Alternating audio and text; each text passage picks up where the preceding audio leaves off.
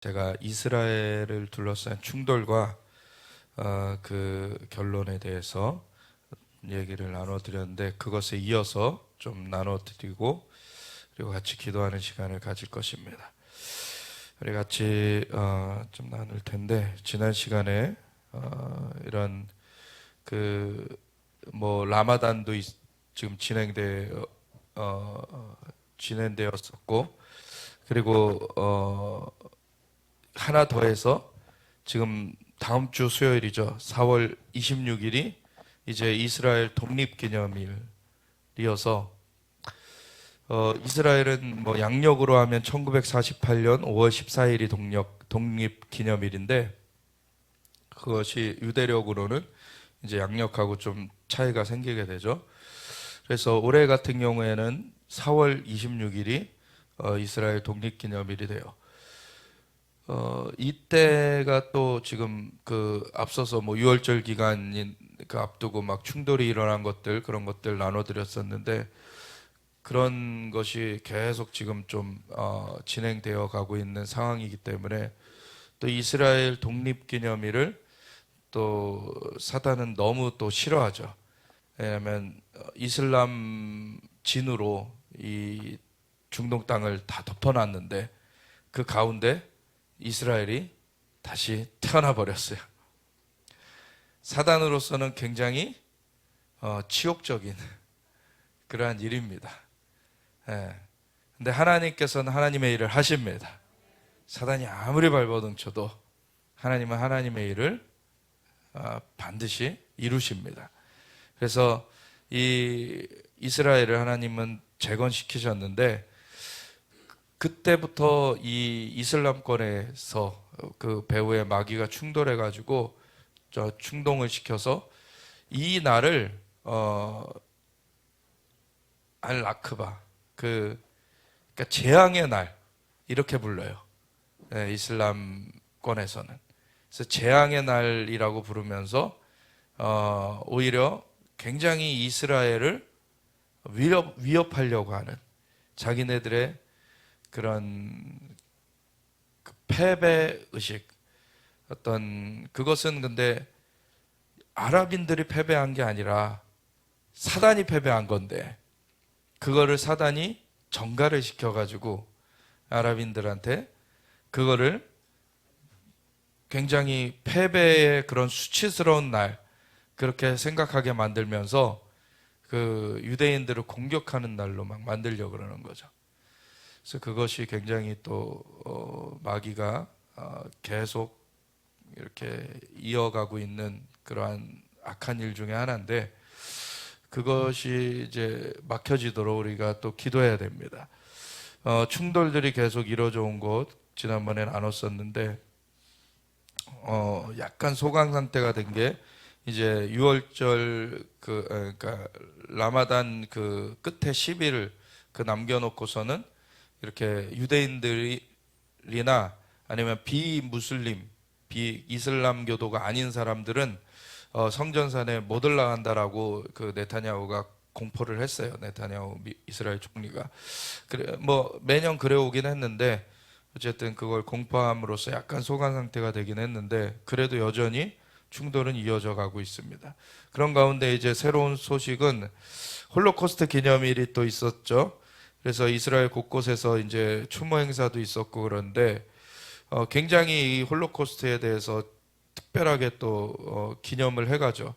왜냐하면은 어떻게 보면 다른 어떤 인종을 다 살펴봐도 유례 없는 일을 당했었기 때문에, 그것이 600만 명이 그냥 문명화된 그 현대 사회, 그것도 서구에서 이렇게 집단 학살을 당하는 일이 어떻게 가능했는가? 진짜 너무나 이렇게 아픈 일이고, 그것에 대해서 사실은 치욕스러운 그러한 유럽의 역사이죠. 그것이 사단이 아주 집중적으로 그렇게 히틀러라는 인물을 사용해 가지고 악의 그런 그 아젠다를 확 펼쳤는데, 그래서 600만 명의 유대인들이 죽었고, 또 똑같이 그 600만 명의 크리스천들도 죽었어요 그때. 네, 그래가지고 이렇게 유대인들과 또 크리스천들을 죽이는 일을 사단이 하게 한 거죠. 흡사 그 모세가 태어나려고 할 때 그때 히브리 아이들을, 남자 아이들을 다 죽여라 라고 바로를 통해서 이 사탄이 충동했던 거나, 예수님이 태어나실 때 그 헤롯을 충동해 가지고 그 베들레헴 그 지경에 있는 그 유대 남자아이들을 다 죽이게끔, 2살 아래의 아이들을 다 죽이게끔 그렇게 했던 것이나, 이런 것이 하나님의 역사가 진행되는 것을 어떻게든 막아보려는 사단의 그런 발악 중에 하나예요. 이런 연장선에서 이스라엘이 현대에 태어나려는 것을 막아서 보고자 발악을 했죠. 이 사단이. 뭐냐면 세계 1차 대전이 1914년부터 17년까지 이렇게 진행이 될 때, 그 전까지 이 중동 지역을 장악하고 있던 게 오스만 터키라는 제국이었는데, 그건 이슬람 제국이었죠. 이 오스만 터키라는 이슬람 제국이 한 400년 이상을 중동을 장악하고 있었어요. 근데 세계 1차 대전 때 오스만 터키가 패망을 하게 되죠. 그래서 패전국가 중에 있게 되면서 승전국이었던 뭐 영국, 프랑스 뭐 이런 나라들이 이제 중동 지역을 관할하게 되죠. 중동 지역을 관할하게 되면서 중동 지역을 최종 관할하기 전에 이제 2차 대전이 막 진행되고 있을 때 어떻게 보면은 그 도움을 이렇게 얻어내기 위해서 유대인들한테도 약조를 하고 그 아랍인들한테도 약조를 했어요. 아랍인들 중에서도 뭐 모두가 다 이슬람은 아닌데, 어쨌든 이슬람이 그 대부분이긴 했지만 어쨌든 그 지역마다의 또 특색이 다 있고, 사우디 그 왕족 가운데서 좀 밀려났던 그러한 사람들, 그러한 사람들한테도 도움을 얻으려고, 지금의 요르단 쪽이죠. 도움을 얻으려고 그쪽에도 그 나중에 이쪽 지역을 이렇게 승전을 해가지고 관할하게 되면은 나라를 세워줄게, 아랍인의 나라를 세워줄게라고 했던 그러한 약조를 또 요르단하고 합니다. 그때는 요르단이라는 나라가 아직 세워지기 전이었는데, 그렇게 하고 그 지역에 있었던 아랍인들하고 했었던 거죠. 맥마은 선언이라고 그렇게 하고, 그리고 또 다른 한편으로는 유대인들에게도, 유대인들의 또 도움이 필요하니까 유대인들에게도 우리가 관할을 하게 되면 이스라엘 유대 땅을 세워줄게, 유대 국가를 세워줄게. 두 약속이 다 있었던 거예요. 벨푸어 선언이라고 하죠. 그거는 유대인 국가를 세워주겠다. 그 약속은 영국이 합니다. 영국에서 하는데, 영국이 지금의 요르단 지역과 지금의 이스라엘 지역을 다 관할하게 되죠. 승전국가가 돼서. 그래서 그 두 약속을 다 지키기 위해서는 분할해가지고 세워줘야 되는 게 당연한 거죠. 그래서 요단강을 기점으로 해가지고 요단강 동편을 요르단이라고 나라를 세워준 거예요. 근데 요르단이라고 나라를 세워줬는데, 그 다음에는 이스라엘 세워주면은 딱 되잖아요. 근데 그거를 막아서려고 사단이 그 이슬람권을 충동해가지고 나라 세우지 마라, 나라 세우지 마라, 나라 막 봉기를 일으키죠. 그래서 이스라엘 나라가 1차 세계대전 이후에 못 세워져요.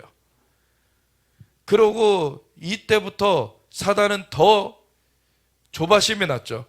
이제 언제든 세워질 수 있는 그런 분위기로 가고 있었으니까.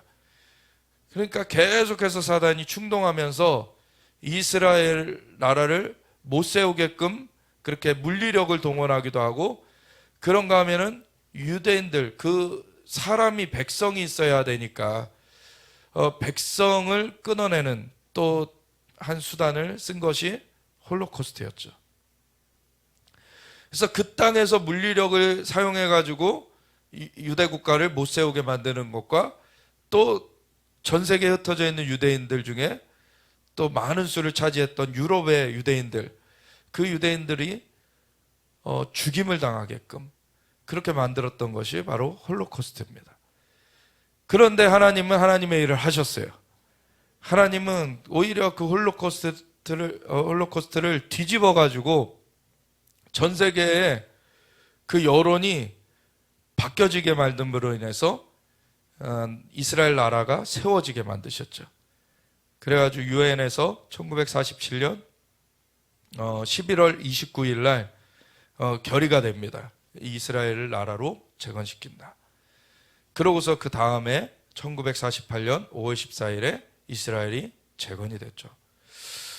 우리나라도 1947년 11월, 우리는 한 2주 정도 앞서서 11월 14일 날 먼저 그 우리나라 독립이 유엔에서 결의가 됩니다. 우리나라 세워주는 게.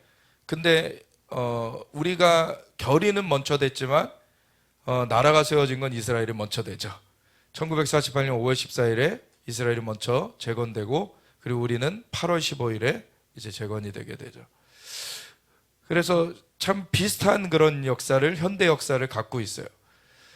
그런 가운데 이 이스라엘이 정말 그 사단이 죽이려고 했던 아주 집중 타겟이었던가 하면 그거에 버금가게 우리 한국도 없애려고 사단이 굉장히 노력을 했죠. 그래서 공산권으로 완전히 장악을 하려고 그렇게 했는데, 하나님께서 하나님의 사람, 우리나라의 진짜 모세와 같은 이승만 초대 대통령을 세우셔가지고 그걸 막아내게 하셨어요. 그리고 한미 동맹을 하면서 지켜지게 만들었죠. 이것이 너무나 놀라운 일입니다. 그래서 이러한 그 역사가 없었다면, 사실은 그 배후에 또 하나님의 손길이 없었다면 이 나라가 세워질 수가 없었죠. 이 나라가 살아남을 수가 없었어요. 근데 하나님께서 보호하사 대한민국 만세. 아멘. 진짜 하나님이 보호하신 것입니다. 우리나라를 지키신 거예요. 그래서 이 나라를 지키셨고, 하나님은 이스라엘을 지키셨습니다. 하나님께서 참 특별하게 이렇게 이 현대 재건의 역사 가운데 이 두 나라를 정말 그 아시아권의 양 끝에 있는데 아주 예표적으로 하나님이 세우셨어요. 놀라운 그런 일입니다. 이스라엘이 근데 계속해서 이 아랍권의 그 마귀가 이슬람이라는 거짓 종교로 충동하고, 그러면서 이스라엘을 계속해서 공격하게 만드는 그러한 일을 해가는데, 이스라엘은 그 가운데서 하나님께서 다시 세워주셨는데 그 위협을 받으면서 자신들이 두려움을 갖게 되는 것도 사실이죠. 그것이 이겨지려면은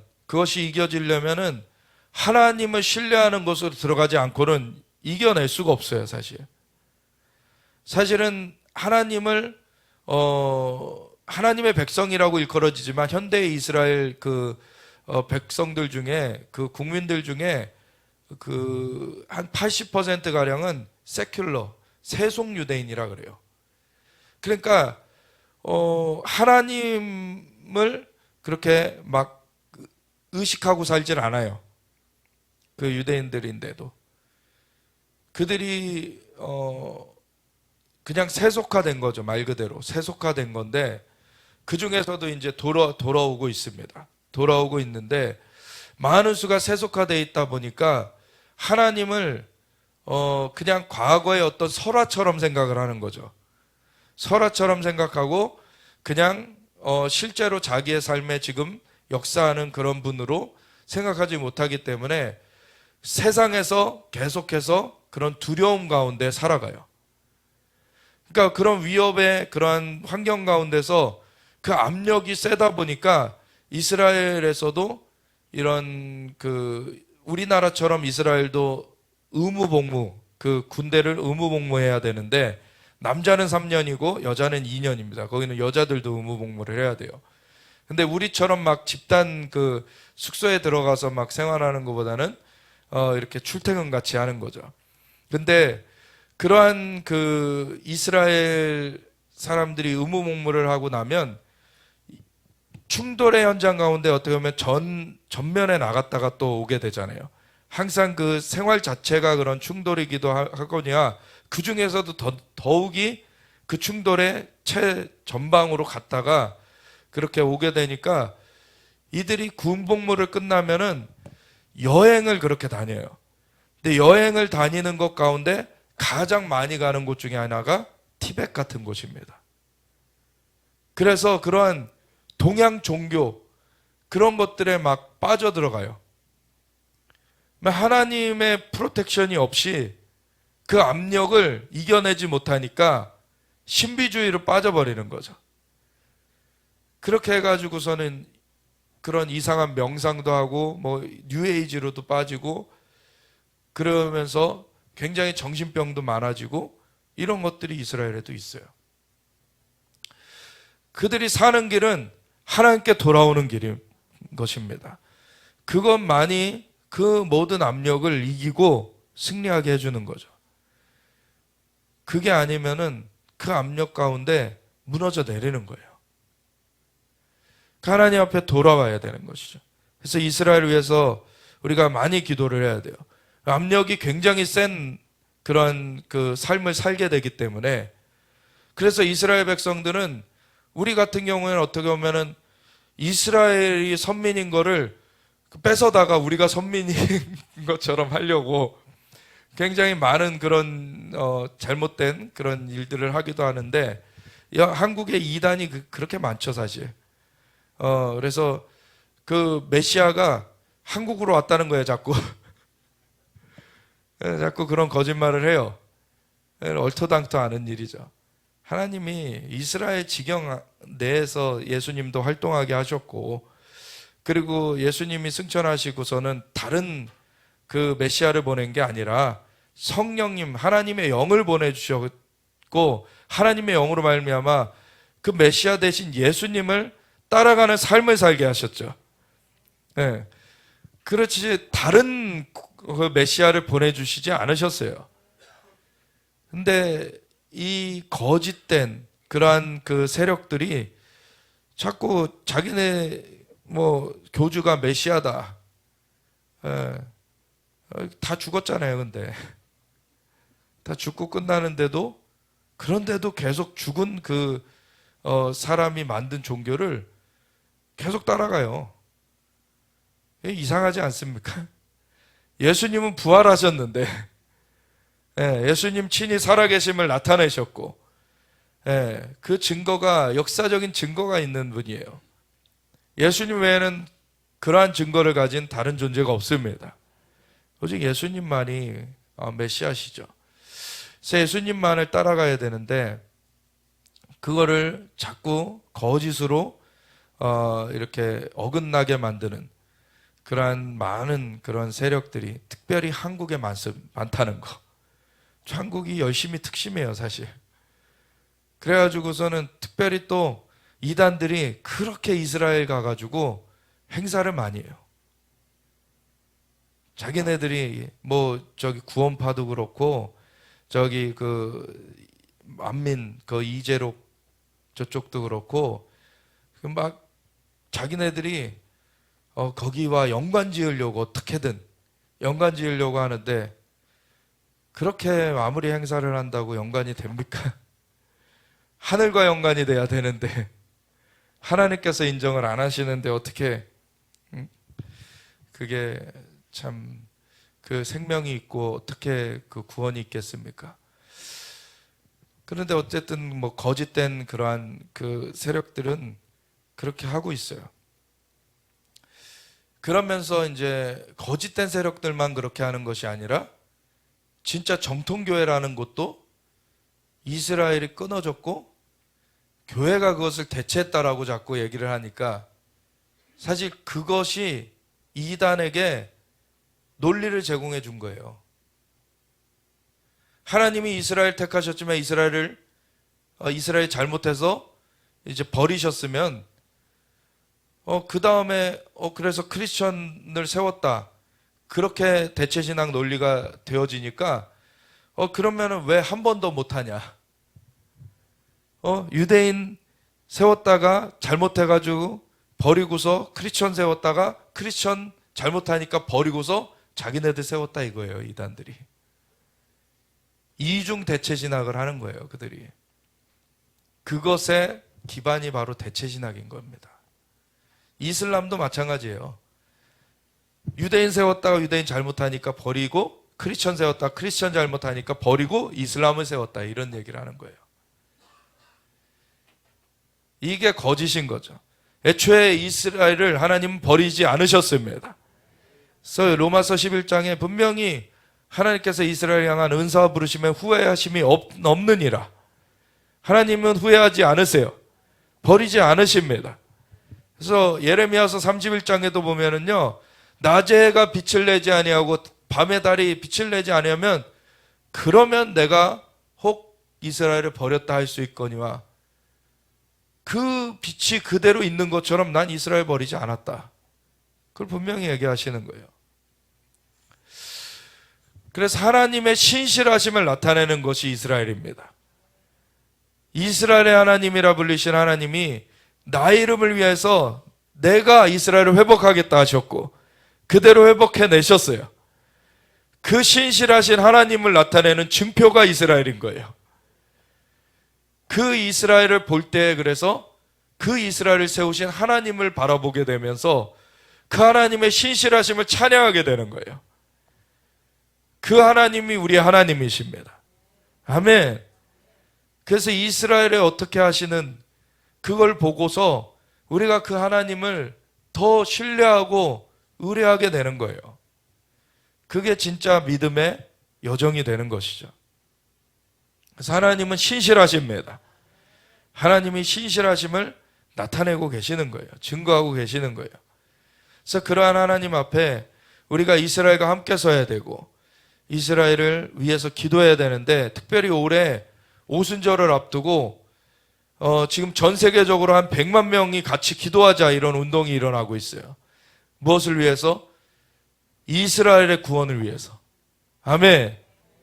이것이 정말 그 엄청난 압력 가운데 있는 유대인들을 위해서 성벽 위의 파수꾼들, 그 이사야서 62장에 시온의 의가 빛같이 예루살렘의 구원이 횃불같이 나타나도 하나님이 쉬지 않으시는데, 너희 여호와로 기억나시게 하는 자들아 너희는 쉬지 말며 하나님께서 기억하시게, 그 기도를 계속하라는 거예요.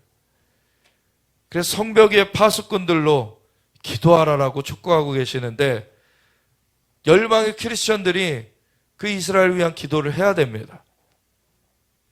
그럴 때 하나님께서는 이스라엘을 세우시는 것이 이스라엘만을 위한 것이 아니라 열방의 나의 백성들을 이렇게 돌볼 것이다 라는 증표인 거예요.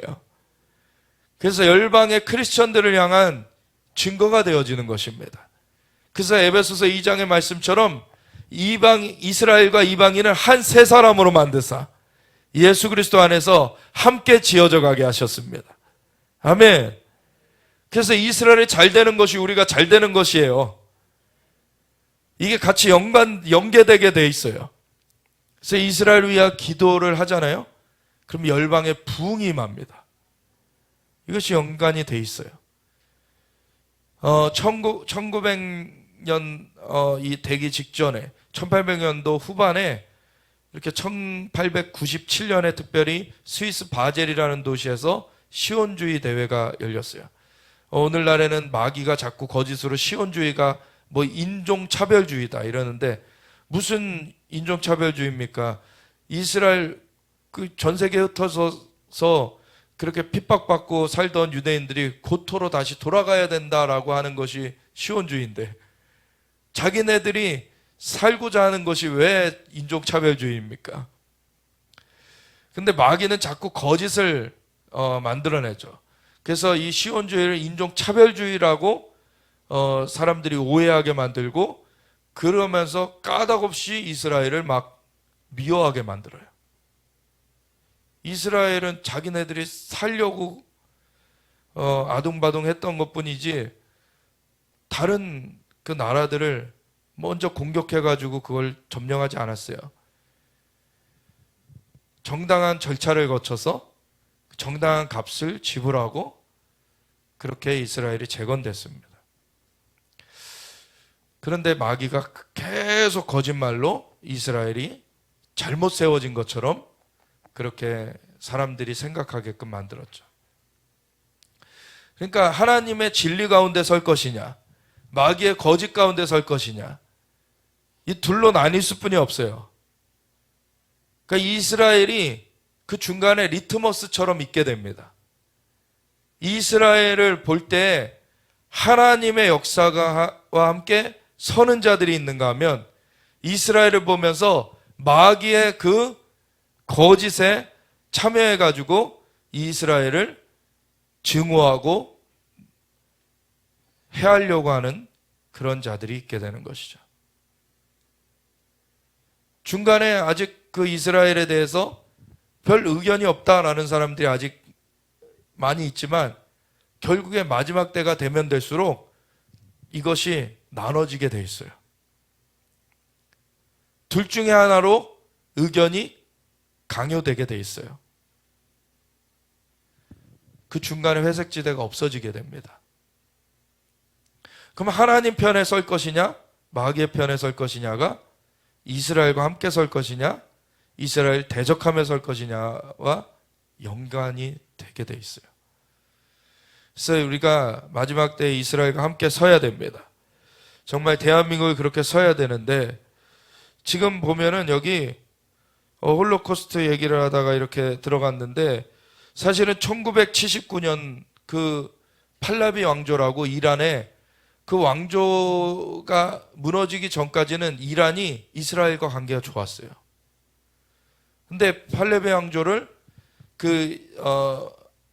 아야톨라 호메네이 이란의 아주 극성 이슬람주의자가 이렇게 혁명을 일으켜가지고 팔레비 왕조를 몰아내고 이슬람 공화국을 이란에 세우게 되면서부터 이스라엘을 완전히 없애겠다라고 공건하게 말하는 나라가 돼버렸죠. 근데 이번에 보니까 홀로코스트 야드바셈 홀로코스트 기념관이거든요. 야드바셈 행사에 이란의 전 왕세자 레자 팔라비가 참석했대요. 사실 이란이라는 나라가 바사 왕국, 바사 제국에 있던 곳이거든요. 거기가 그 이란에 바사 왕국이 있었을 때 가장 대표적인 인물로 기억하시는 분이 누굽니까? 고레스 왕. 고레스 왕이 그 바벨론에 포로되어 있던 그런 유대인들을 바벨론을 무너뜨리고서 바사왕 고레스가 이스라엘 고토로 돌아가라. 그리고 성전도 지어라. 라고 했던 사람이 고레스예요. 그걸 허락해주고 그 재물도 주고 이랬던 자가 고레스입니다. 그게 바사왕이었어요. 페르시아. 그 후에가 바로 이란 사람들인데 근데 이슬람이 거길 덮으면서 지금 이스라엘을 못 죽여서 안달인 그러한 정권이 거기 들어앉아 가지고 사람들을 또 이란 국내 사람들도 억압하고 이스라엘을 계속해서 위협하고 있죠. 근데 그 전에 그 팔레비 왕조의 그 전 왕세자 레자 팔라비가 야드바셈 홀로코스트 기념 그러한 행사에 참여를 했다는 거예요. 의미가 굉장히 있죠. 그러면서 현 이란 정권은 이란 시민들을 대표하고 있지 않고 이란 사람들은 2500년 전부터 이 고레스 때를 얘기하는 거죠. 2500년 전부터 유대인과 우호적인 관계라고 말하면서 이란이 홀로코스트를 부정하고 반유대주의를 부추기는 것을 비난했다라는 거예요. 이러한 선포가 굉장히 의미가 있습니다. 예, 이란에서도 하나님의 돌이킴의 역사가 강력하게 벌어지길 원합니다. 그래서 핵무기 완성이 코앞에 와 있는데, 근데 돌아서도록 우리가 같이 계속해서 기도하길 원하는데, 지금 사실 그 트럼프 정권 때 그 순위파, 이란 같은 경우는 시아파고, 순위파 이 사우디아라비아를 비롯한 이 아라비아 반도 쪽에 있는 그런 나라들이 다 순위파인데, 순위파 국가들 간에 이스라엘과 협약들이 맺어졌죠. 아브라함 협약이라고. 그 UAE, 뭐 카타르, 그리고 뭐 저쪽에 뭐 모로코는 저쪽 북아프리카 쪽인데, 그런 데나 이렇게 같이 아브라함 협정이 맺어졌었는데, 그리고 더 나아가서 사우디아라비아도 더 가면은 맺어질 거다라는 그런 관측이 있었는데, 이제 미국의 정권이 바뀌면서 오히려 이것이 뒤집어지고 있어요. 사우디아라비아 외무장관이 이제는 시리아를 방문해서, 시리아는 지금 시아파 정권이거든요. 이란과 같이 손을 잡고 있어요. 시리아를 방문해서 알 아사드 대통령을 만나고, 또 팔레스타인 그 아바스 수반은 사우디에 가서 빌 살만 왕세자를 만나고, 이런 상황이에요 지금. 같은 시기 종교적 이식을 치르기 위해 하마스 리더 이스마일 하니에가, 하마스면은 계속해서 그 가자 지구에서 이스라엘 땅으로 로켓 쏴대고 막 땅굴 만들어가지고 침투하려고 하고 그런 테러 집단인데, 그 테러 집단 수장이 가가지고서 사우디 메카 방문해가지고, 공식적으로는 종교행위를 위한 방문이라고 하나 사우디와의 관계를 회복하기 위함이라고 보도되고 있다는 거예요. 사우디가 미국과의 관계에서 멀어지면서 한때 희망적이었던 이스라엘과의 관계에서도 멀어지고 있다는 거예요.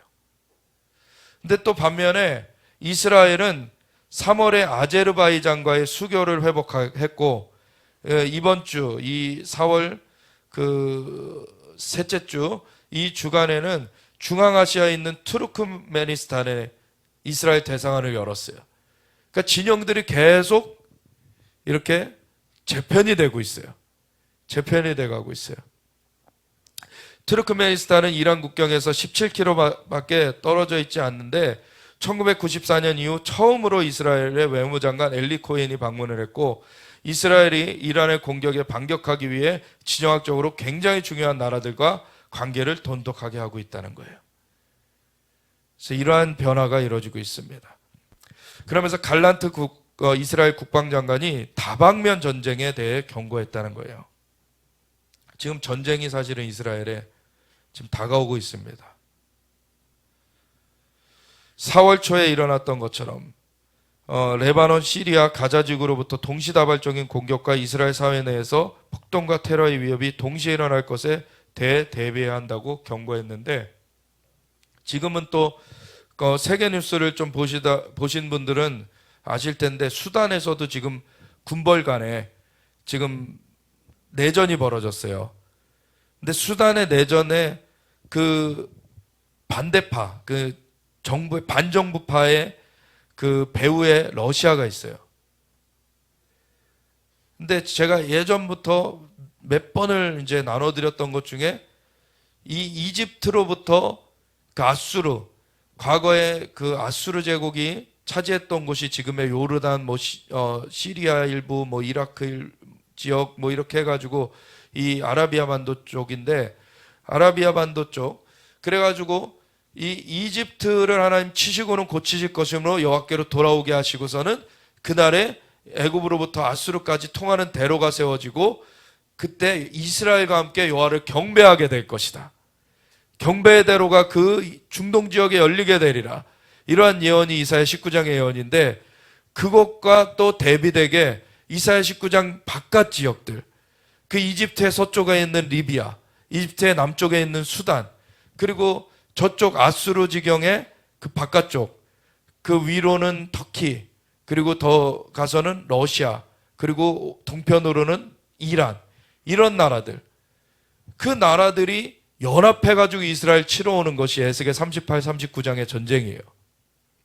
이게 이사야 19장에 하나님께서 중동 지역의 경배대로를 여시려는 것과 그것을 둘러싸고서는 이스라엘을 침공하려는 것이 충돌이 되는 것이죠. 이 그림이 우리 시대에 펼쳐지는 것입니다. 근데 하나님께서 그 대적들을 깨트리시기를 이왕의 전쟁 날에 치시듯이 하실 것이다. 그리고서 하나님께서 여호와께서 하나님이신 줄을 열방에 알게 하리라. 아멘. 그때 더 그 중동 지역에 영혼이 돌이켜지는 것이 가속되는 것입니다. 사단은 이스라엘 회복된 것을 넘어서 이 중동 지역이 주님께로 돌아오는 것을 막아서려고 안간힘을 쓰지만 그것을 하나님 깨트려 버리시는 것이에요. 하나님은 하나님의 일을 하십니다. 하나님은 신실하게 하고 계세요. 그래서 우리가 함께 그것을 계속해서 기도하면서 품고 나아가야 돼요. 그래서 이번 오순절을 앞두고 이스라엘의 그 영혼 구원을 위해서 특별히 21일간 기도하자. 5월 7일부터 100만 명이 함께 모여서 기도하자. 이런 운동이 펼쳐지고 있는 것이에요. 그래서 우리도 함께 참여합시다. 5월 7일부터예요. 5월 7일부터 우리가 함께 참여하길 원하고 아마 수요일이 아니죠. 주일. 네, 주일부터죠.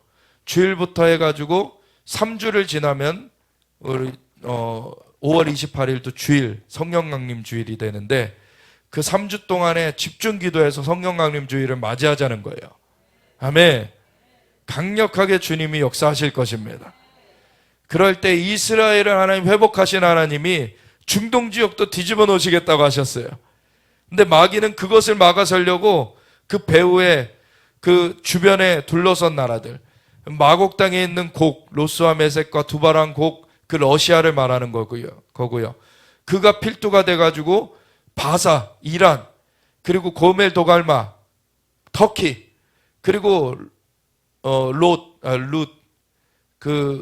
붓, 리비아, 그리고 구스, 수단, 이런 나라들을 이렇게 엮어가지고 이스라엘이 치러 올 것이다. 근데 하나님은 그걸 깨트리시겠다 하셨어요. 지금 러시아가 우크라이나 공격한 거에 이어서 이제는 우크라이나하고는 협상을 맺는 날이 오게 될 거예요. 물론 그것이 어느 시점에 오게 되느냐에 따라서 우크라이나가 얼마의 땅을 더 잃을 것이냐의 문제예요. 지금 어떤 사람들은 우크라이나가 다시 이길 거다 그러는데 그렇지는 않습니다. 왜냐하면 우크라이나가 의로운 쪽은 아니기 때문에. 러시아도 악하지만 우크라이나가 그렇다고 의로운 쪽이 아니기 때문에 우크라이나가 이기지 않아요. 악의 리그에서는 악한 자가 이기는 거예요. 근데 다윗과 골리앗처럼 하나님의 그 의를 가진 자가 서면은 악한 자를 이기죠. 아멘. 근데 우크라이나는 그렇지 않습니다. 그렇기 때문에 우크라이나가 이길 수 없는 거예요. 그 중에도 남은 자들은 있어요. 그들은 그들의 역할을 할 것이고 오히려 그 우크라이나의 남은 자들을 통해서 또 그러한 동구권에 복음이 증거되는 일들, 오히려 흩어지게 되는 일들로 말미암아 복음이 증거되는 일들이 있게 될 것인데 그거는 좀 이따 다시 나누기로 하고, 이스라엘이 하나님께서 역사하시는 증표로서 이렇게 쓰이고 있는 것이고 그것 가운데서 중동 지역까지 열려져 가고 있어요. 그래서 중동이 계속 지금 재편되어 갈 것입니다. 재편되어 가는 가운데 정말 중요한 것은 우리들의 기도예요. 기도를 하나님께서 받으시면서 하나님의 일을 행해 가십니다. 하나님께서는 하나님의 일을 반드시 이루세요. 근데 그 기도가 차는 것을 기다리세요. 기도가 차는 것과 함께 주님의 역사를 행하십니다. 그래서 계시록 5장에도 그렇고 계시록 8장에도 그렇고 그 검은고와 금대접이 나오죠. 검은고 찬양이 드려지고 그리고 금대접에 기도, 향연과 함께 기도가 같이 담겨서 하나님 앞에 올라가면은 하나님께서 흠양하시고서는 그 다음에 제단에 하나님 앞에 있는 제단에 핀숯을 그 대접에 담아다가 이 땅에 쏟아내게 하세요. 그러면 이 땅에 지각 변동이 이루어지게 되죠. 우리의 기도가 쌓여지는 것과 이 땅의 지각 변동이 연계되어 있는 거예요. 소리로 기도를 쌓게 하시는 것입니다. 하나님은 우리와 함께 하길 원하시는 거예요. 하늘은 하나님의 것이더라도 땅은 인생에게 주셨도다.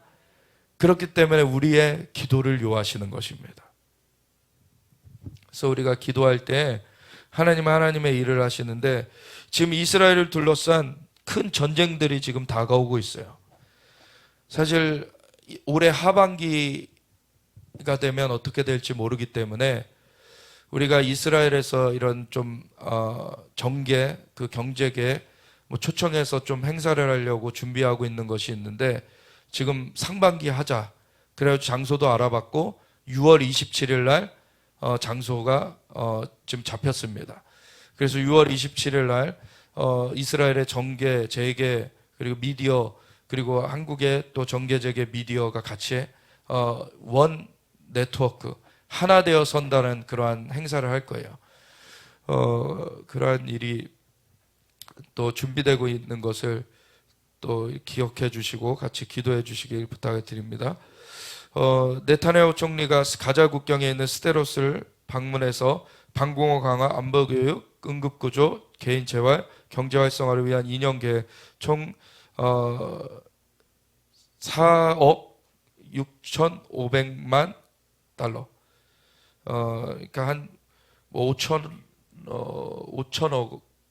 원 정도 되죠. 5천억 원의 예산을 승인했습니다. 앞으로 일주일 후 26일에는 이스라엘 75주년 독립기념일을 맞게 됩니다. 26일 날짜를 기억하세요. 26일 독립기념일.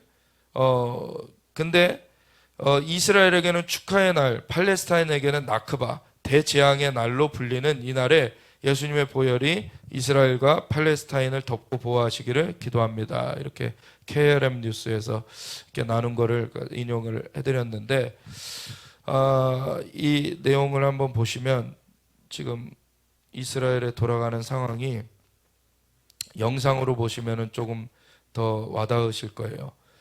좀 아까 얘기했던 거 그냥 사진들이고 지금 영상을 한번 보실게요. Hello and welcome to Jerusalem Dateline. I'm Chris Mitchell. Israel's government will ban Jewish tourists from the Temple Mount for the last week of Ramadan. Prime Minister Benjamin Netanyahu took the recommendation of security leaders following clashes between Muslim rioters and Israeli police at the Al-Aqsa Mosque. Militants in Gaza, Lebanon, and Syria then fired rocket barrages at Israel. Israel responded by targeting terrorist sites. Also, in two separate attacks, terrorists murdered a mother and her two grown daughters, as well as an Italian tourist. Since 2013, Israel has prohibited Jewish visits to the Temple Mount for the last 6 to 10 days of Ramadan. More than 3,000 Jews visited the Temple Mount during this Passover season, a 32% increase over last year. Turning now to Saudi Arabia, where the kingdom hosted landmark delegations from Iran and Syria this week. It's the latest evidence of rapidly shifting alliances in the region. The Iranian delegation visited Riyadh for the official reopening of Iran's embassy in Saudi Arabia. The Mideast rivals shocked the world last month when they agreed to a Chinese-brokered agreement to restore diplomatic relations after 7 years of strife. Iran and Saudi Arabia have backed opposing sides of conflicts throughout the Middle East, and many hope the renewed ties could bring a truce to Yemen's bloody war. Meanwhile, Israel is concerned the Saudis are moving further away from signing a normalization agreement with the Jewish state and getting closer to Iran. Saudi Arabia and Syria are also reestablishing ties, which deteriorated with the outbreak of Syria's civil war more than a decade ago. The Saudi foreign minister hosted his Syrian counterpart this week, and the two countries agreed to reopen embassies and restore flights. 자, 여기까지.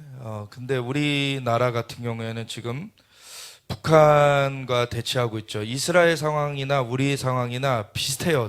보면은 이스라엘은 북쪽에 레바논, 시리아 쪽으로부터의 로켓 공격이나 아니면 저기 가자지구 뭐 이렇게 테러리스트들의 로켓 공격 그 위협 가운데 있는가 하면은 우리나라는 북쪽에 북한의 또 위협을 받고 있는 그런 상황이죠. 이 북한 같은 경우는 특별히 핵 개발이 거의 막바지에 다다랐어요. 지금 핵 자체 농축은 했는데 그거를 소형화하는 것만 지금 남아 있는 그런 상황이죠. 그런 가운데 그 핵을 실어 나를 수 있는 미사일 기술도 고도화되고 미사일이 ICBM 인터컨티넨탈 그 대륙간 탄도 미사일이라고 그러죠. 그래서 대륙을 넘어서도 갈 수 있는 이거는 무엇을 겨냥하는 겁니까? 미국을 겨냥하는 거예요. 왜냐하면 미국을 겨냥하는 거를 직접 쏘지 않더라도 그것이 일단 딱 있으면은 미국이 쉽게 이 한국을 돕겠다고 나서지 못하게 되니까 그걸 의도하는 거예요. 근데 이 ICBM이 그냥 액체 연료를 쓰게 되면 기름 주입하는데 시간이 많이 걸리죠. 우리 자동차 주유할 때도 시간 좀 걸리는데 이 로켓은 어마어마하게 많은 기름을 넣어야 되니까 그게 시간이 걸리니까 다 탄로나요. 그 준비하고 있는 동안에. 근데 지금 고도화된 기술이 고체 연료. 고체 연료는 갖다 끼면 되는 거예요. 그러니까 이게 아주 다른 양상이 돼버리는 거예요. 그걸 지금 실험했고 성공했다라고 보여져요. 그리고 해골에까지 실험을 했어요. 이런 것들이 배후에는 또 러시아 기술들이 있어요. 중국이 자본을 대고 이런 것들이 같이 있죠. 북중러의 그러한 악한 연대가 있는데 그 더 넘어서는 이란하고의 연계가 있죠. 이란이 또 돈 대주고 핵 개발하면은 자기네들도 줘. 같이 그거를 공조하고 있죠. 그래서 이러한 것이 우리나라의 지금 현실입니다. 그런데 지금 한미 정상회담이 26일 날 있어요. 아까 26일 제가 기억하시라고 했죠. 굉장히 중요한 날이에요, 지금. 근데 사실은 우려가 돼요. 왜냐하면 지금의 미국의 정상이 아니기 때문에. 그래가지고 미국이 너무나 무너지고 있어요, 지금. 너무나 무너지고 있기 때문에 미국의 도움이 우리가 필요한데 지금의 정권이 너무나 반대의 가치관으로 가고 있기 때문에.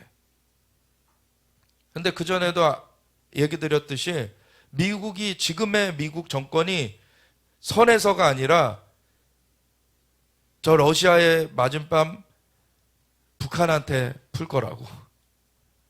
그래서 결국에는 일은 이루어질 겁니다. 근데 미국이 선에서가 아니에요. 그래서 그 일이 이루어지는 과정 가운데 지금 미국의 잘못된 그 정권에 잘못된 정책이 들어오면 안 돼요. 특별히 동성애 같은 거. 절대 그거 들어오면 안 됩니다. 우리나라 망하는 거예요, 사실. 동성애 들어오면. 아무리 미국의 군사력이 세다 그래도 내부에서 도덕적으로 무너져 버리면은 그 나라는 무너지는 겁니다. 지금 미국이 아무리 군사력이 여전히 세지만 아까 사우디아라비아 얘기처럼 면이 안 서잖아요. 미국이 지금 가서. 미국이 뭐 동네 북처럼 지금 바뀌어버렸어요. 감히 미국한테 그렇게 할 수가 없었던 그런 초강대국이었는데 어떻게 그렇게 요즘에는 이리 치이고 저리 치이고 사실 미국이 그런 취급을 받게 됐는지 그건 도덕적인 그 우위를 내려놨기 때문에 그래요. 원래 청교도들이 세운 나라기 때문에 미국이 축복을 받았고 하나님께서 그 신앙 가운데서 자연적인 축복도 주신 거거든요. 그래서 세계 초강대국이 되게 하셨는데 그 기반이 무너져 버리니까 아무리 군사력이 남아 있어도 그 나라가 힘을 못 쓰게 되는 것입니다. 그래서 이 절대 잘못된 것이 들어오지 못하도록 우리에게 필요한 것들만 들어올 수 있도록. 근데 지금 전신 바짝 차려야 되는 게 이 윤석열 대통령 같은 경우가 사실은 그렇게 지지 세력이 막 튼튼해서 대통령이 된 경우가 아니잖아요. 그러다 보니까 어딘가에서의 도움을 바라는데 미국에서 그러면은 너 이렇게 저렇게 하면은 그렇게 꼭두각시처럼 갈 수 있는 지금 상황이란 말이죠. 사실 김정은은 남한지도 펴놓고 회의하고 있고 평택 미군 기지를 찍었고 지금 이런 거를 공공연하게 드러내고 있어요. 그리고 지금 김일성 생일에 참배 안 하는 걸 보면은 뭔가 독자적인 자기 노선을 가겠다 지금 이러고 있어요. 그러면서 오히려 김일성부터 아주 악한 그런 일들을 계속 해온 건데 대를 이어가면서 더 지금 악하게 나가려고 하는 상황이죠. 그런데 지금 우리나라는 정말 이 반도 국가고 주변에 사실 강대국들이 쭉 둘러싸여 있어요. 우리 강대국에. 그러면 우리의 적을 하나라도 줄여야 돼요. 사실 러시아가 우크라이나 공격해서 나쁜 짓을 한 건 맞지만 우리가 러시아랑 각을 세워서 좋을 건 없어요. 우리가 우크라이나를 대신해서 죽어줄 수 없잖아요. 그거는 현실에 그리고 사실 정당성에도 맞지 않습니다. 왜냐하면 우크라이나는 우크라이나 그전에도 얘기 드렸듯이 자초한 면이 있어요. EU를 가입하겠다 그랬으면 러시아가 들어올 일이 아닌데 나토를 가입하겠다 해버리니까 그건 군사조직인데 EU는 경제 공동체잖아요. 경제 공동체 들어간다 그랬으면은 러시아가 빌미 삼을 수 없는데 나토 군사 공동체를 들어가 버린다니까 러시아는 자기 앞마당까지 나토가 들어오는 건 허용 못한다. 그러면서 빌미 삼아서 들어오게 되는 거 아닙니까? 그거는 일부러 불러들인 것과 같아요, 사실은. 너무나 뻔한 계산인데도 그거를 계속 얘기했다는 것이 그거는 일부러 들어오라고 한 것에 거의 같다라고 봐야 돼요. 근데 우크라이나는 나라가 어떤 나라입니까? 사실 우크라이나에 지금 미국의 대통령인 조 바이든의 아들 헌터 바이든이 거기서 엄청난 부패를 연계해가지고 저질러 왔죠. 우크라이나가 사실 이 바이든 가족의 어떤 돈창고 같은 데예요.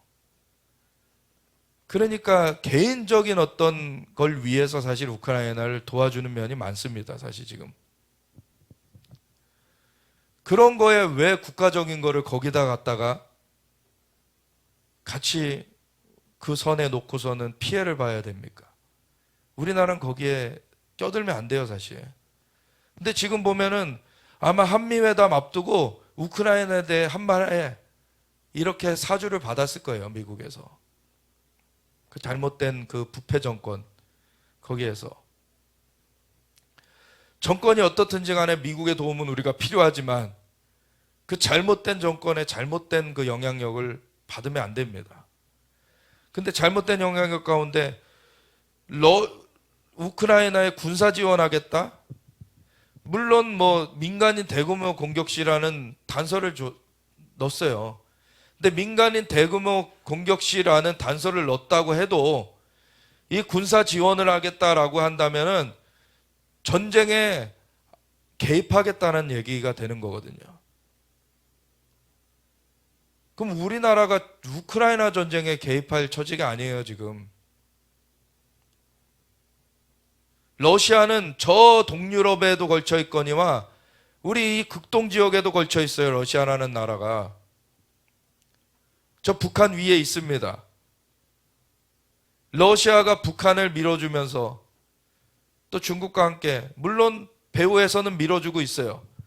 근데 아예 대놓고서 밀어줄 수 있는 빌미를 줘서는 우리한테 좋지 않다니까요. 우크라이나가 EU를 가입하겠다가 아니라 나토를 가입하겠다 해가지고 아예 러시아가 대놓고 침공할 수 있는 빌미를 줬기 때문에 저렇게 된 거예요. 사실 국제적인 관계는 외교에서 그 빌미를 주지 말아야 돼요.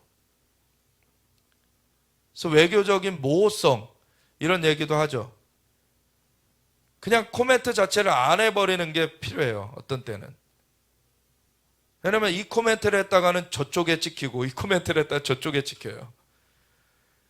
그럼 강대국 사이에 있을 때는 그냥 코멘트를 안 할 필요가 있는 때들이 있어요. 언급을 안 할 필요가 있어요. 근데 이런 언급을 이미 내뱉었기 때문에 아마 그 26일 날 한미 정상회담을 앞두고 주문이 들어온 것 같아요. 그렇다라고 좀 강력하게 생각할 수뿐이 없는 상황이에요. 왜 대뜸 이런 얘기를 하겠습니까? 그랬더니 러시아에서 한국이 우크라이나 무기 지원하면 분쟁 개입을 뜻한다. 상기시켜 준 거예요. 그럼 너희 나랑 싸우겠다는 거냐? 러시아가 우크라이나 전쟁을 뭐 오래 끈다고 1년이 넘었다고 러시아가 굉장히 뭐 약했다 막 약하다 생각보다 약하다 막 이런 얘기들을 하는 사람들이 있어요. 근데 전쟁이라는 것은요 짧은 시간에 끝나는 게 아닙니다. 원래 짧은 시간에 끝나지 않아요. 그리고 계속해서 러시아는 주장한 거는 돈바스 지역의 해방이에요. 그거에 대해서는 이뤄내고 있어요. 근데 그것을 넘어가도록 오히려 계속해서 불난집에 부채질하듯이 계속 지금 가고 있죠. 그러니까 이게 우크라이나에 결코 좋지 않습니다. 지금 상황이. 근데 거기에 그 불난 곳에 우리나라를 거기다 집어넣으면 안 되는 것이죠.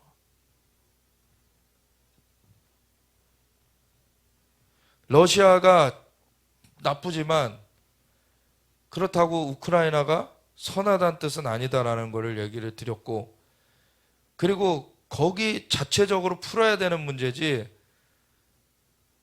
절대 뭐 선을 우리가 두둔하는 것도 아니고 지금 어떤 의를 위해서 하는 것이 아니고 이렇게 잘못된 애초에 잘못 끼워진 단추에 거기에 가입되면 안 되는 것이죠. 지금 사실 미국에서는 기밀이 유출되면서 우크라이나 봄 대반격 성공 어렵다라는 얘기가 나오고 있는데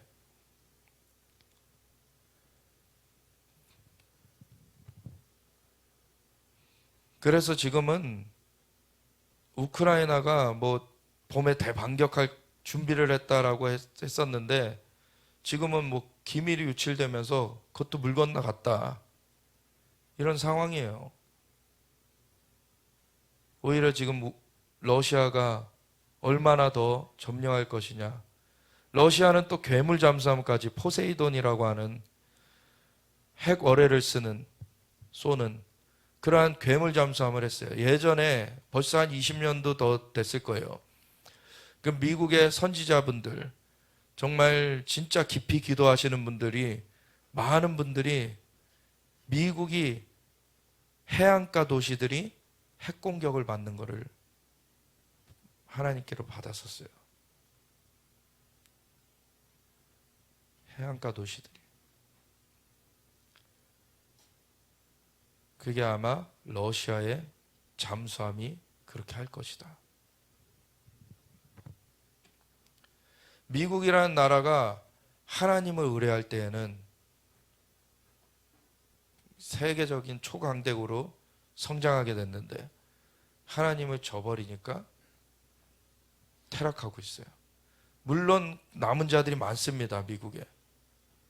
근데 정권이 잘못 들어서면서 하나님을 모욕해요. 동성애. 2008년도에 오바마가 대통령 하던 시절에 그 대법원에서, 연방 대법원에서 동성결혼 합법화 판결이 나오고서는 백악관에서 6빛깔 빛을 쏴댔습니다. 하늘로. 원래 무지개는 7빛깔인데 그 중에 남색을 뺀 것이 동성애 상징이 되는 거예요. 6빛깔. 그거를 하늘에 쏴대는 거 하나님 모욕한 것입니다. 미국의 권력의 최고층에서 하나님을 향해서 모욕을 한 거예요. 그래서 미국에는 지금 심판이 사실은 정해져 있어요. 근데 그 가운데서도 하나님은 부흥을 일으키고 계시고 사람들을 다시 회복하고 계세요. 근데 어느 정도의 심판은 그걸로 말미암아 지금 예정돼 있습니다. 돌이킴으로 그 파괴가 최소화되도록 해야 되죠. 괴물 잠수함으로 지금 러시아가 사실 위협하는 것도 있고. 근데 진짜 하나님을 의뢰하면은요, 하나님 지축을 흔드시면서 러시아를 무너뜨리실 수 있어요. 러시아의 캄차카 반도라고 우리의 저 북쪽으로 올라가면 있죠. 우리 극동 지역에. 그 캄차카 반도에 화산 3개가 이딴 분출한 그런 일이 한 2주 전에, 1주 전에 있었죠. 60년 만에 최악 화산재예요. 사실은 여기가 그 불의 고리 지역 중에 속해 있어요. 여기가 지금 꿈틀꿈틀하고 있습니다. 불의 고리 지역 중에 있으면서 불의 고리가 지금 움직이고 있는데 이 북쪽으로부터 이제 내려올 거예요, 점점. 그래서 일본도 지금 지진이 다가오고 있습니다.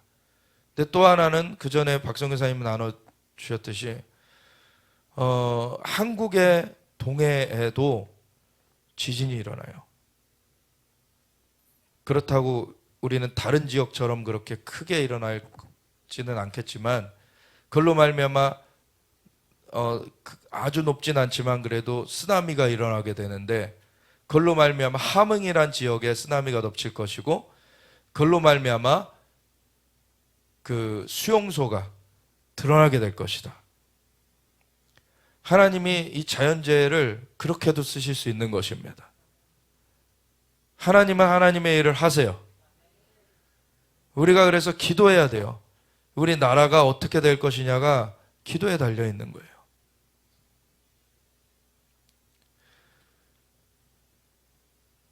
캄차카 화산 폭발로 화산재가 500km 이상, 우리 서울에서 부산이 400km인가 그렇잖아요.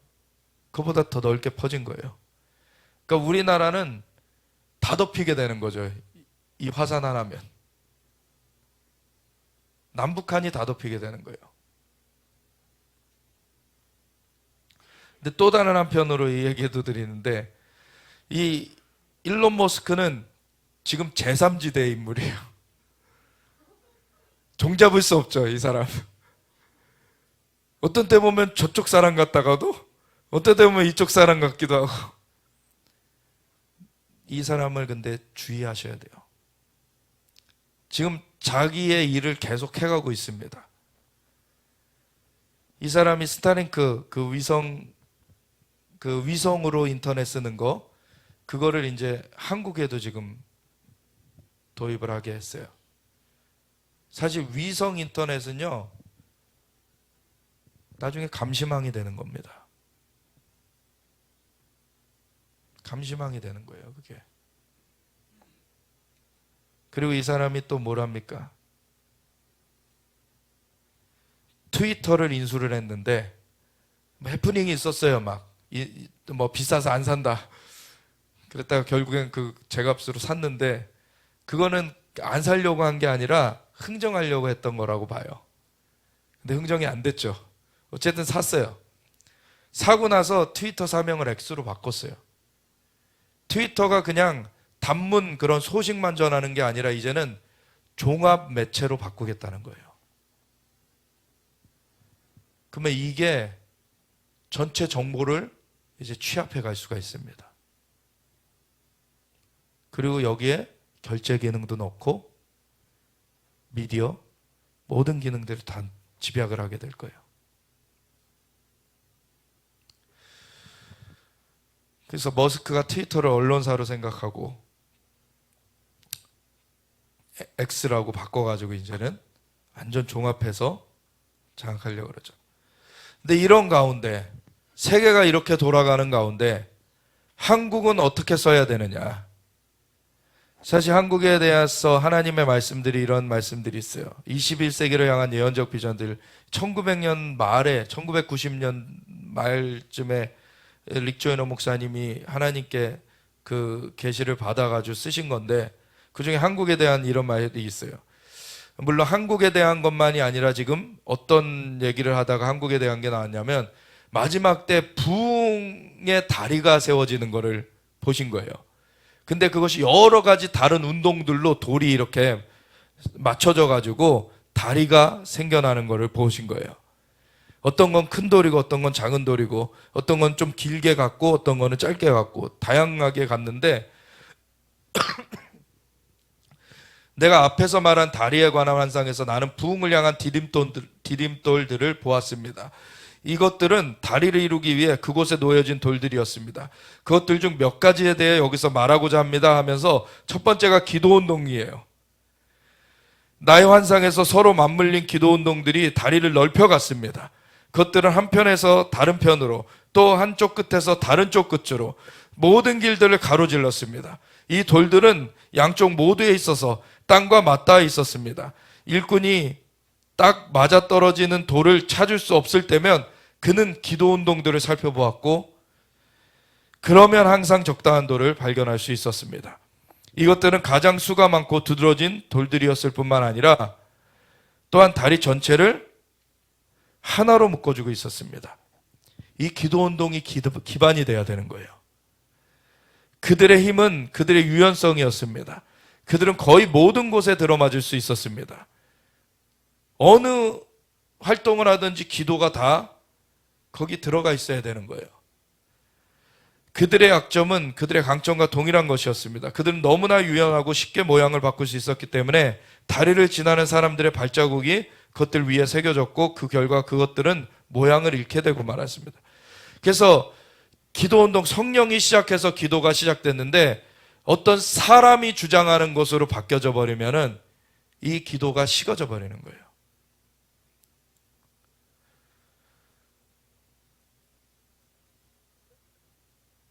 그들은 끼워 맞춰지기 이전의 모양으로 돌아갈 수 있었습니다. 그래서 다시 회복되어질 수는 있죠.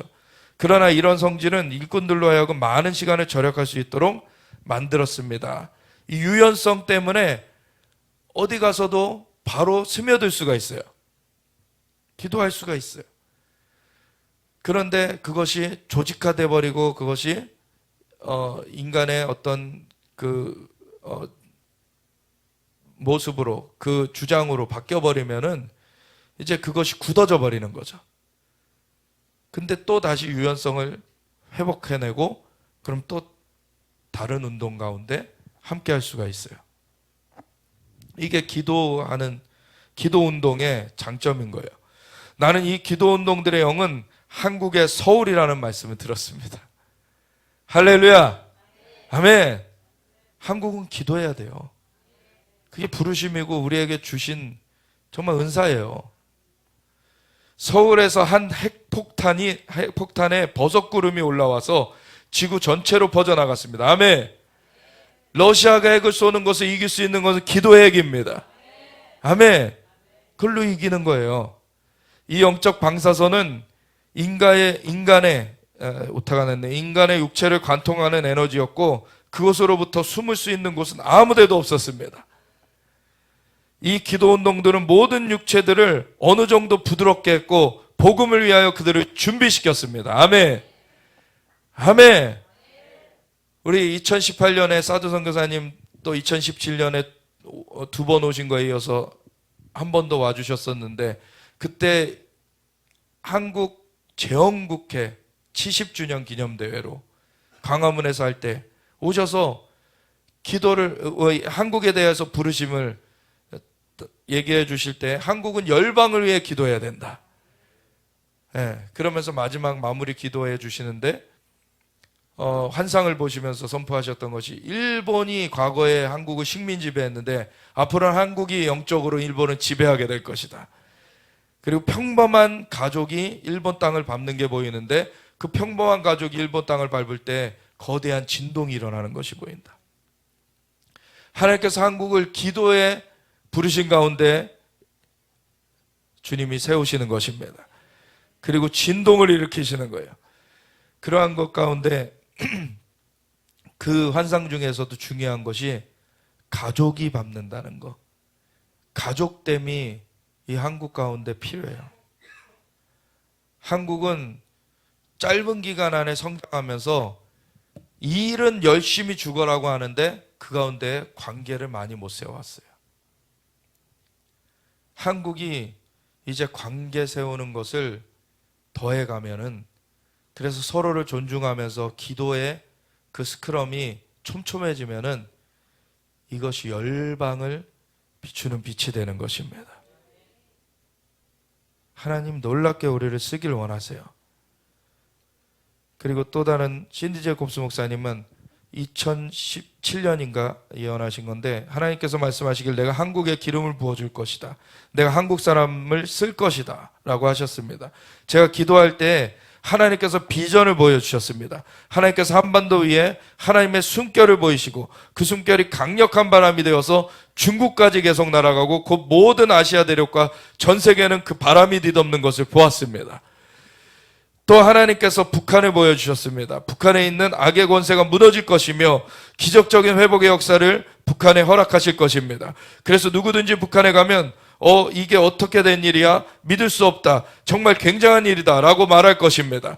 하나님께서 북한을 흔드실 것입니다. 북한의 문이 열릴 것입니다. 한국은 통일이 될 것이며 엄청난 영적 물질적 부강함을 하나님께서 한국에 쏟아부어 주실 것입니다. 한국을 열방 중에 뛰어난 나라로 세우실 것입니다. 아멘. 또한 여기는 싫지 못했는데 또 전 세계 유대인들이 한국인 선교사들로 인해서 주님께 돌아오는 것이 보인다. 엄청난 수가 돌아오는 것이 보인다. 이런 예언도 선포가 됐었어요. 그 전에 한번 지난주에 이것도 나눠드렸었죠. 예루살렘의 릭라이딩스 목사님이 그 이스라엘이 공격받는 것이 환상 중에 이제 보였는데 그 성루처럼 성곽처럼 이렇게 이스라엘이 있는데 적이 그걸 둘러싸고서 그 가시덤불에 불을 놓아가지고 그 위로 막 던져내는데, 근데 천사들이 막 성곽을 막아서고 주는데 몇몇 개는 그냥 안으로 들어가게 하는 것이 깨어나게 만들려고 사람들을. 근데 그걸 보고서는 가장 먼저 달려온 것이 한국이었다. 말을 타고 부흥의 횃불을 들고 가장 먼저 달려와가지고 그 대적을 둘러싸고서는 기도를 하나님 앞에 하더라는 거죠. 아멘. 우리는 기도의 부르심이에요. 그걸로 말미암아 이제 인도네시아도 오고 중국도 오고 그러면서 중동 지역이 막 뒤집어지는 거예요. 우리는 기도로 먼저 앞서가는 것입니다. 그래서 그러한 부르심 가운데 우리가 함께 나아가기 원하고, 정말 우리가 이 기도의 부르심 가운데 우리가 지금은 어떻게 구해야 되냐면, 요엘서 2장 28절부터의 말씀도 내가 내 영을 모든 육체에게 부어주니 자녀들은 예언할 것이요 청년들은 환상을 보고 아비들은 꿈을 꾸리라. 주님께서 피와 불과 연기 기둥 마지막 때의 사인을 보여주기 전에 주의 영을 부어서 이 예언적인 그 활동들을 하게 하실 거라는 거예요. 그래서 예언적인 눈이 있어야 됩니다. 특별히 이사야서 46장 11절에 9절부터 보면 너희는 옛적 일을 기억하라. 나는 하나님이라 나 외에 다른 이가 없느니라. 나는 하나님이라 나 같은 이가 없느니라. 내가 시초부터 종말을 알리며. 하나님은 시초부터 종말을 알리시는 분이세요. 예언적인 눈을 가져야지 그것을 보게 되는 것입니다. 하나님 그걸 보여주시길 원하시는 거예요. 하나님의 영을 부어주셔서 아이들도 예언하게 하시고 청년들은 환상을 보고 아비들은 꿈을 꾸게 하신다. 하나님이 세대를 연합하여서 주님이 예언적인 여정을 걷게 하시는 것입니다. 그래서 시초부터 종말을 알리며 아직 이루지 아니한 일을 옛적부터 보이고 이루기를 나의 뜻이 설 것이니 내가 나의 모든 기뻐하는 것을 이루리라 하였노라. 아멘. 하나님은 하나님의 일을 이루십니다. 그것 가운데 누가 동참할 것이냐예요. 그거를 알려주고 동참하라 하시길 원하시는데 그것을 우리가 보아야 되고 들어야 되는 것입니다.